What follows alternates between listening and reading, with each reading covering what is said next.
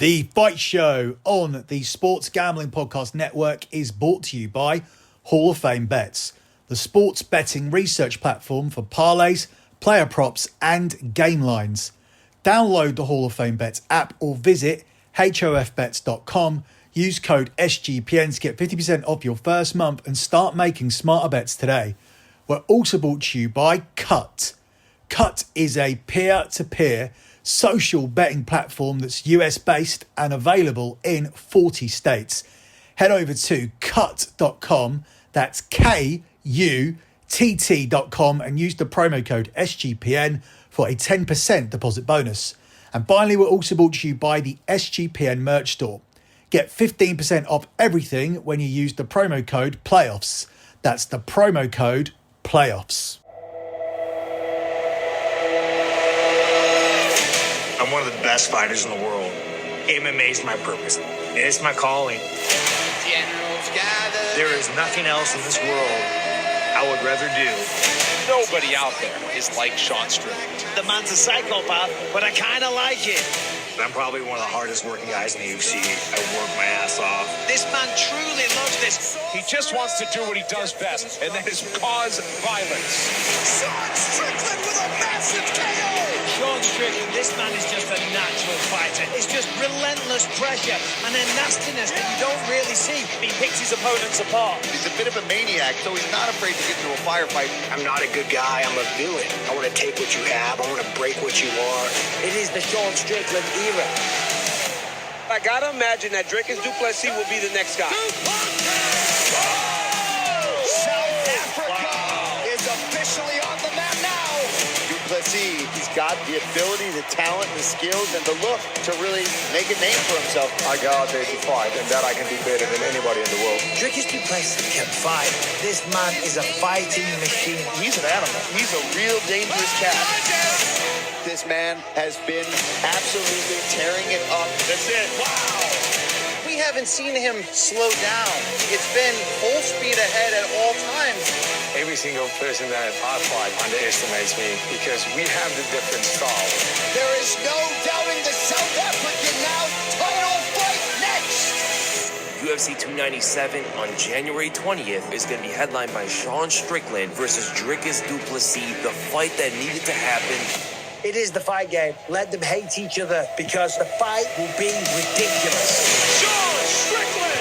Today I'm the champion. Line him up, I'll knock him down, or get knocked down. Dricus du Plessis. I'm here to become the world champion, and I'm going to prove that in January 20th. This fight is so exciting because of the fact these guys hate each other. The only thing I want to do is make this man bleed. You know you won't finish me. You won't even get close. Sean Strickland, he is used to this. He's used to getting into a fight. Seeing someone show fear is one of the most intoxicating things. It is a drug, and I'm addicted to it. Dricus du Plessis has the power to tear someone's lights off. He has unbelievable killer instinct. I don't think people have seen the dog that I have in me, and I can't wait to showcase that. To the fucking death, Dricus.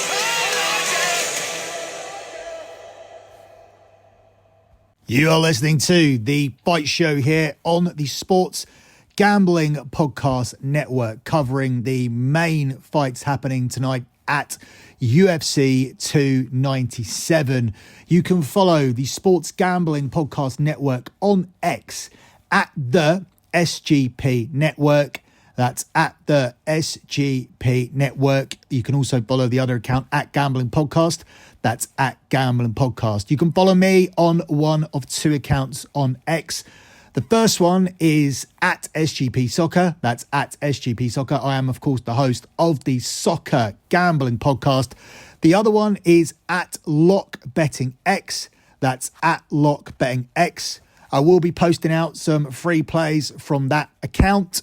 But also the main reason to follow that account is because that is where I post my monthly profit and loss spreadsheets, because I am, unlike many, a transparent and tracked handicapper who has now delivered 127 months in a row of transparent and tracked profit. The latest spreadsheet from the previous month, the month of December, is the pinned tweet. The latest P&L will always be the pinned tweet on that account.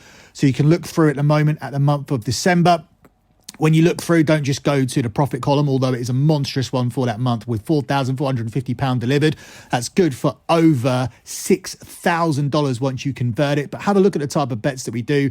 We manage a bankroll sensibly, making betting accessible for anyone with a disposable income. And we make this hobby more fun by, of course, making it more profitable.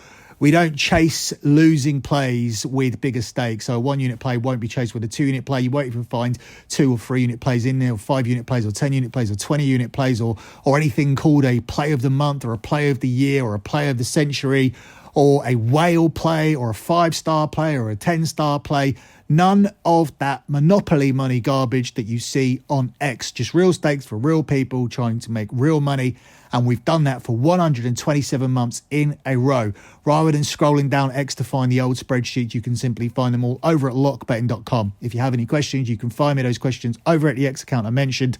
The name, once again, is at lockbettingx. That's at lockbettingx. So let's move on to covering UFC 297. And of course, we start with the main event. You heard the audio at the top of the show. Huge main event tonight. And they cannot be split as Sean Strickland defends against Dricus du Plessis. Both of them are at 10 to 11, minus 110 where I'm looking. The method of victory market favours a knockout here for both men, as they're both priced at exactly the same price. 5-2 for Strickland, 5-2 for du Plessis. The submission is more in favour of du Plessis, who's at 5-1, with Sean Strickland at 10-1. The decision is more in favour of Sean Strickland. He's at 7-2, with du Plessis at 7-1 to get it done via a decision. The over-under for this fight is bang on under and over 2.5. So under 2.5 is at 10 to 11.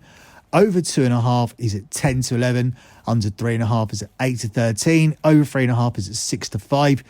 Under 4.5 is at 2 to 5, with over 4.5 at 7 to 4. And fight to go the distance, yes, at 23 to 10, and no is significantly juiced at 1 to 3, minus 300. So this has been an interesting line, and Chael Sonnen on behalf of DraftKings is going to speak more about this later on, but du Plessis was a heavy favourite of around 1 to 2, and that's been bet in. At one point, Strickland was actually the favourite this week, and now they're both equal. But the story is the line movement away from du Plessis and the money that's been going on Sean Strickland, and this was done by the public. Do I feel that this is emotional betting because Sean Strickland is the fan favourite, or do I really feel like the line initially was incorrect? It's a little bit of both. Strickland is bringing his "we the people" shtick into town in Toronto, and that's clearly connected with the fan base, who are obviously sick of the politics and whatnot that's going down in Canada. And the type of people that go to UFC will be the type of people that are sick of what's going on in Canada, the same type of people that are sick of what's happening in the US with Joe Biden and will be voting for Donald Trump. So it's easy to rally the troops when the troops are already your type of people. And I may be stereotyping here, but they're the type of people that will follow UFC, in my opinion. It's hard, though, to gauge how much of Strickland's shtick is real confidence or whether it's driven by public reinforcement. But the bottom line is, I don't think it matters, because if he needs crowd support to give him that extra 10%, it sounds like from listening to the press conferences this week that that's going to be there for him. And he'll probably need that to deal with du Plessis, who's going to be ultra aggressive. Conventional wisdom when it comes to breaking down his fight says that early on it favours du Plessis, who is the bigger man. But if it gets to the late stages, and bearing in mind it is a championship fight, it starts to favour Strickland at the halfway point. So I do feel like that's the main way it should play out. But obviously there are other options on the table. There are other variables. Don't forget, du Plessis recently had surgery to address an issue with his nose that was supposedly affecting his cardio, although it didn't seem to affect him against Robert Whittaker. But when you're looking at Sean Strickland, that is a completely different kettle of fish when it comes to cardio. He is an absolute machine. And while Strickland hasn't finished anybody early for a while, you can even see a situation in this fight where he takes advantage of du Plessis being overly aggressive. If you hark back to the fight against Israel Adesanya, he did manage to knock him down in the very first round on the counter. So one thing to keep in mind here is that Sean Strickland is very difficult to hit.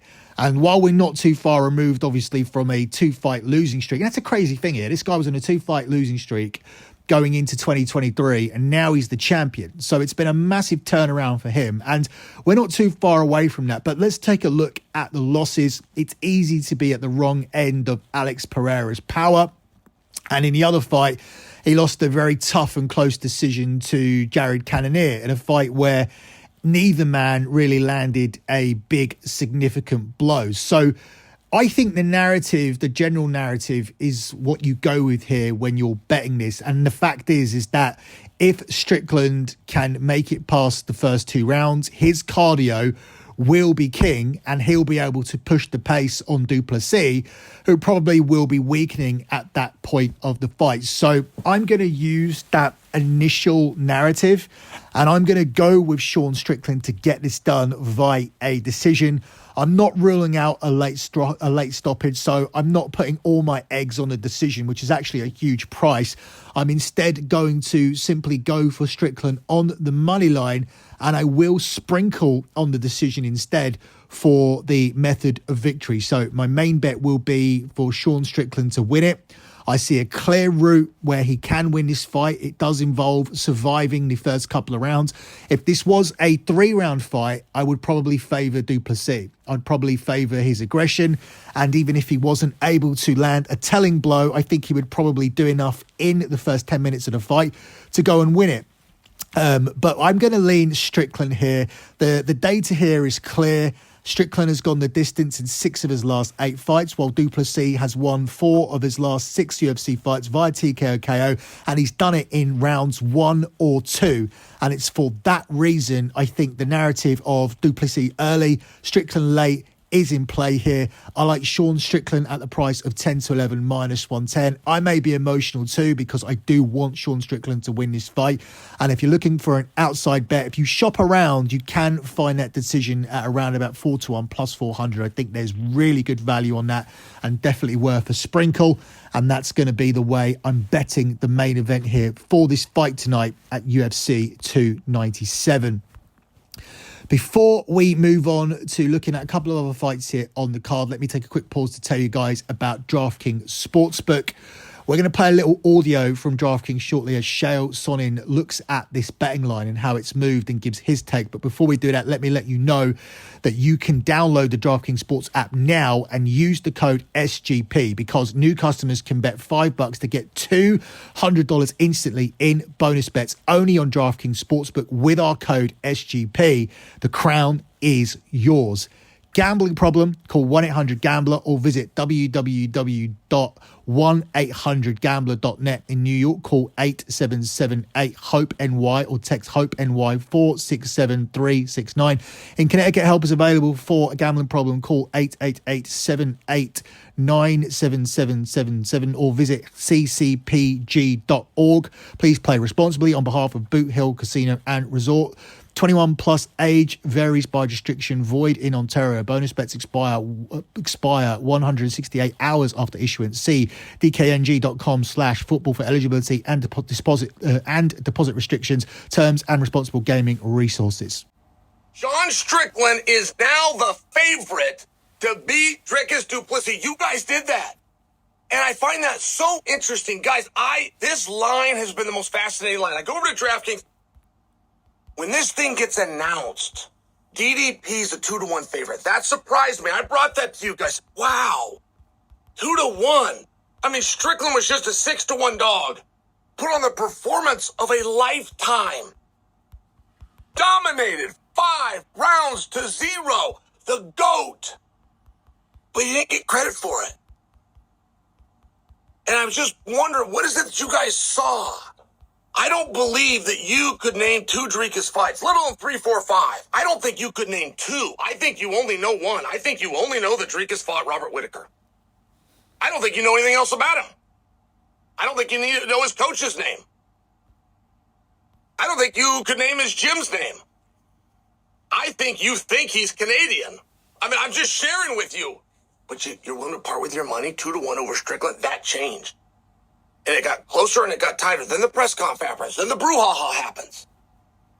And so right now they're close. Minus 130 to plus 115. These guys are close over at DraftKings, but officially Strickland is the favorite. He closed a 2-1 deficit. Not only he closed it, he took the lead. That's interesting to me. And I also want to know, who would you cheer for? Bet on and cheer for. We're having 2 very different conversations. Like, just by example, who is the good guy? Generally, in the movies, the good guy is the handsome guy. Dricus is a very charismatic person, but I'm not convinced that he's the good guy. Generally, the good guy is the victim that got attacked. Sean Strickland did the attacking, but I'm not convinced that you think he's the bad guy. I really am very interested. When their music hits and they make that walk, who's going to get the louder cheers? Who's going to get the louder boos? Sean Strickland has now become the favorite over DDP, which I have to assume is based on anger. He's pissed off. I think that you guys get that. I think when you go to DraftKings, you follow the basic rule and put yourself in somebody else's shoes. And you know, if you would ever fight, if that ever happened in your life, whether you've been in one or you almost got in one or whatever it was, when you were, I'm going to get this guy, that you were mad, that you had that emotion. And many people will be a little bit more sophisticated of a better and say, no, emotion's bad. I want emotion out of it. I don't agree with those people because I don't believe that it's possible. Leave your emotions, control your emotions. That's what a sociopath does. A regular human being can't do that. They can recognize them. They can take deep breaths. They can follow those steps. They can say the right things, but they can't actually do it. And I think that the bettors are understanding that when it becomes personal, it becomes real. And when it becomes real, a guy is more dangerous. I believe that that's the bet. I don't actually know. All I know is when I went to DraftKings when this was announced, I was surprised. I did not think that DDP, because there's a respect to that. There's an honor. There's a compliment. If DraftKings taking your guys' actions, your money moves the line. So many people don't know what moves the line. You have something that sets a line, but what moves a line is you and only you. And I thought there was a little bit of a misunderstanding. You got a guy that's never been in a main event. That's DDP. And you got a guy that's never been in championship rounds. Versus a guy that just did them. Oh, and by the way, won them in Sean Strickland. Like, there's a lot of things that you would favor Strickland. And as this fight gets closer, and those odds have not only closed, they have changed. I think so is public sentiment. I won't know that till I walk. I will not know that until Bruce Buffer, the guy in the shark suit, says their names and the crowd responds. I won't know, but I am curious. I wish DraftKings would take action on that, quite frankly. I wish they would take some kind of a prop bet for who's going to be the live audience's favorite, but I don't know. This one is a very confusing fight. We have so much data on Strickland that we also have the bad, right? We've seen so many rounds and so much stuff on Strickland that we even know the rounds that he had trouble in. We know so little about DDP. I really don't think you guys know 2 fights he's had. I don't believe you can even say a second. Not only do I not think you've seen 2 fights, I don't think you could name a second opponent. And I bet real strong you could have named 3. And I'm just sharing with you. I don't think you know very much about a guy that you got a lot of faith in. Lines at DraftKings have moved. I'm not sure they're done. I'm not positive Strickland's going to go off as a favorite. One of the reasons I'm bringing this to you is so you guys will go over there. I'm going to check it again tomorrow. I won't be surprised if it moves back a little bit. Strickland versus DDP. We still got a week to go, but man, I got to tell you, This is the must-see fight that is signed, that is currently booked right now. Of all of them, this one is the must-see. So very interesting stuff there from Chael Sonnen and DraftKings to add to what we were already saying when I broke down the fight. It is a very interesting fight. It is a legit 50-50. I lean Strickland. I'm only concerned about that because they opened up with du Plessis as a significant favourite. What do they know that I don't know? What do the public know that the books don't know because they moved it? Just very, very interesting stuff. And we'll see what happens when the two fighters come out and fight tonight in the main event. Obviously, there are a couple more fights that I want to cover. Before we do that, let me take a pause to tell you guys about Cut. Cut is the peer-to-peer social betting platform that's US-based and legal in 40 states. Head to cut.com, that's cut with a K, KUTT.com, and use the promo code SGPN for a 10% deposit bonus. Let me also take this pause to tell you guys about Underdog Fantasy. Underdog has a way to play alongside your favourite fantasy players all season long. NFL, NBA, NHL, college basketball and college football. Simply pick higher or lower on your favourite players' fantasy stats and cash in. So watch along, make your picks and maybe make a little cash over on Underdog's mobile app or website, underdogfantasy.com. When you sign up with our promo code SGPN, Underdog will double your first deposit of up to $100. That's Underdog Fantasy and the promo code SGPN. Moving on to your co-main event, which will see Matra Bruno Silva taking on Raquel Pennington, where Bruno Silva is the 4-6 minus 150 favourite with Raquel Pennington priced up here at 11-8. The method of victory market sees Pennington at 12-1 to win by TKO, Bruno Silva at 8-1. The submission sees Raquel Pennington at 8-1 with Bruno Silva at 2-1. That is the shortest price in the market. You then have Raquel Pennington at 5-2 via decision with Bruno Silva at 7-2. The over-under markets for this fight, it's really only worth looking at it from under 3.5 and over 3.5, where under 3.5 is at 11-10 and over 3.5 is at 4-6 minus 150. It's 10-11 for over 4.5 rounds and 10-11 for under 4.5 rounds. Fight to go the distance, yes, is at 11-10 and no is available here at 3-4. I think Pennington could be a live dog here. The game plan is very clear. Avoid the submission in rounds 1 or 2 because Silva has proven herself to be a finisher. Frustrate her. Grind things out with her grinding fighting style, capitalise on the mistakes and win 3 of the 5 rounds. That's what Pennington needs to do. Now, Pennington is someone who rarely puts a finishing stamp on her wins, so she'll need to control stretches of the fight while adding punches in bunches, and that could be enough for her to look like she's won 3 rounds and finally claim that elusive UFC title. Silva's the one who comes in with a reputation to live up to. This is a division that's typically light on highlights, which is why this has been somewhat criticised in some circles for being in this position on the card. But Silva is the proven finisher, and anything less than a first or second round submission from her would be a surprise and a disappointment to some. Going nearly 5 rounds with Amanda Nunes all those years back says a lot about Pennington's toughness and determination. So Silva's offense needs to be on point to get a finish here. Unfortunately for her, and I think for the UFC, who probably do want her to win, to get this new era in the women's bantamweight division off to a hot start, I believe she does have the weapons to get this down to the ground and to dominate Pennington with her grappling. So I'm going to pick Silva to get that submission, which is, of course, the shortest method of victory in the market. But I do believe that has been priced up correctly. If it doesn't get finished in the first couple of rounds, then I think the things start to swing towards Pennington. And then suddenly she becomes live for the decision at 5-2 plus 250, which is the only way Pennington's going to win.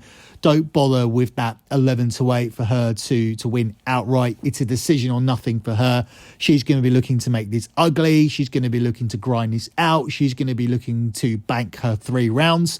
And that's going to be the way that the underdog comes through here and wins this fight. The final fight we're going to look at here is the fight between Neil Magny and Mike Malott, the Canadian hometown boy here, who will be looking to please the hometown fans.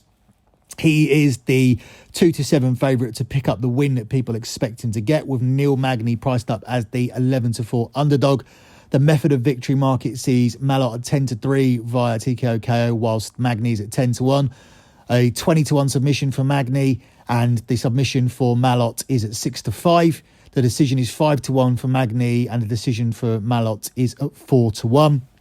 So things look like they're pointing towards Malott via a submission, and I do agree with that. I just do think it's a little bit of a short price. Mike Malott is the current golden boy of the North with his exciting fighting style and his likeable presence on the microphone. But this is a big jump taking on Magny if this is the Magny of the past. With all due respect to other opponents such as Mickey Gall, none of them compare to the resume of Magny. However, I do believe that Magny is vulnerable, and I think the matchmakers know it. He does look like a fighter on the decline. He does look like he's got too many miles on him. And whilst you could argue that Magny is still a legitimate top 20 fighter, and perhaps Malott hasn't faced anything close to Magny yet and doesn't deserve this kind of pricing, and I probably agree with that. I won't be playing the money line here.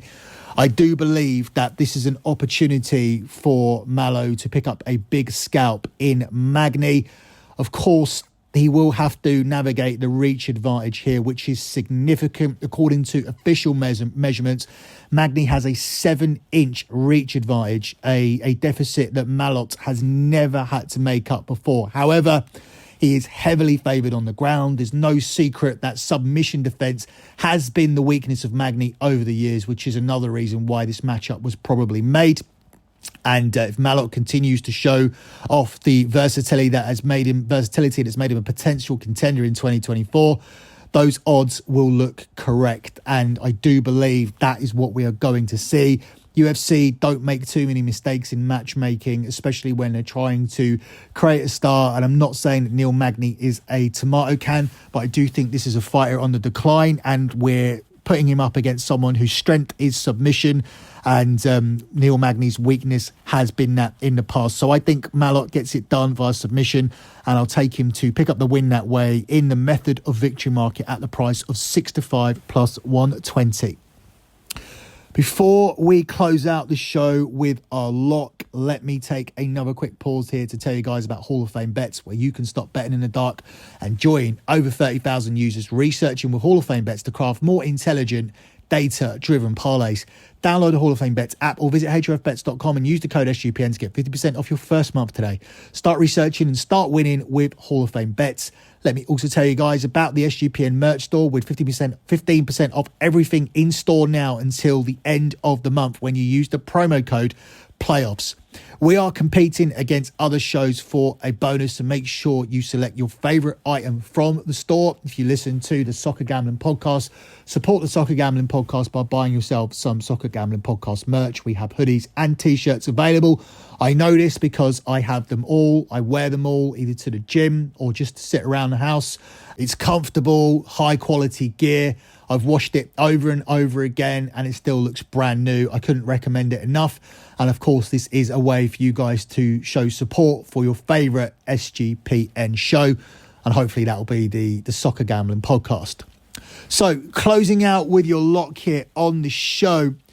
Difficult really to pick a lock out of what we've covered here on the show.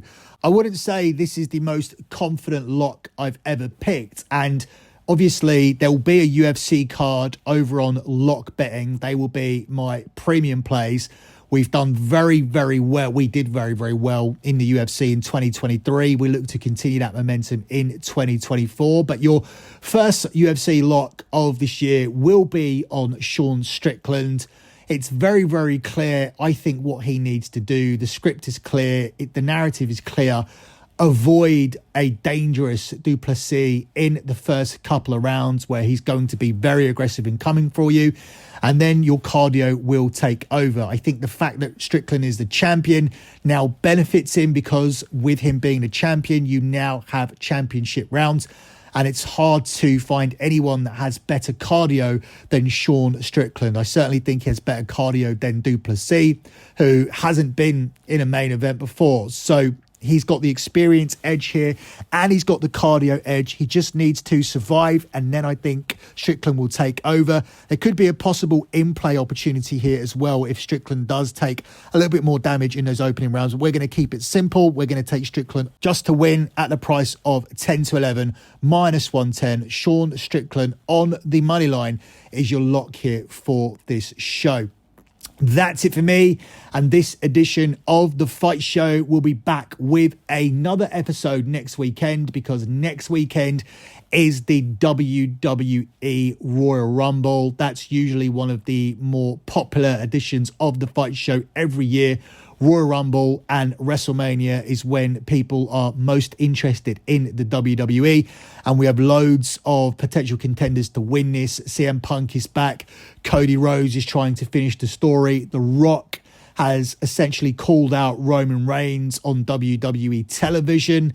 And aside from the Royal Rumble match itself, we'll also be looking at all of the matches on that card as well as the Women's Royal Rumble, which also takes place on the same night. So make sure you check out next week's edition of The Fight Show. Good luck with all of your bets as always, and thanks for listening.